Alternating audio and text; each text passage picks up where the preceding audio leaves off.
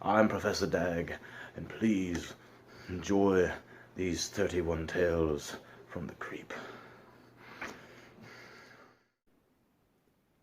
Chapter 11. The Beach. I find myself one day wondering why I was alive and that maybe I shouldn't be. I moved to the beach one summer after I had been graduated from high school for a couple of years.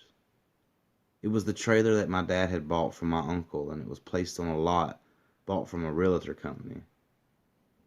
The driveway leading to it was a rough sand-filled path, and the place was a haven. It was a pelican's roost that was away from the world. The pine trees stretched tall all around the property. The white sand ground was a stark contrast to the Piedmont clay, and it etched out the surrounding fortitude all around the trailer.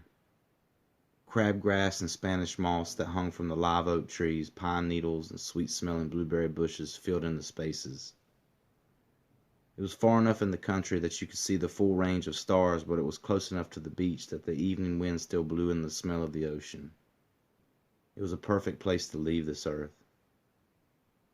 I planned on coming here to relieve myself of this world, and I welcomed the thoughts of the afterlife in all my daydreams. I was tired of living, and I was only 19, jaded by innocence lost and the weight of whatever the future would hold. But days went by, and I found that I wasn't quite ready to leave yet. I ended up getting a job at Dollar General. I met some people, and I had a dream one night that changed my mind and altered the condition of my heart. Things seemed up for the first time in a long time.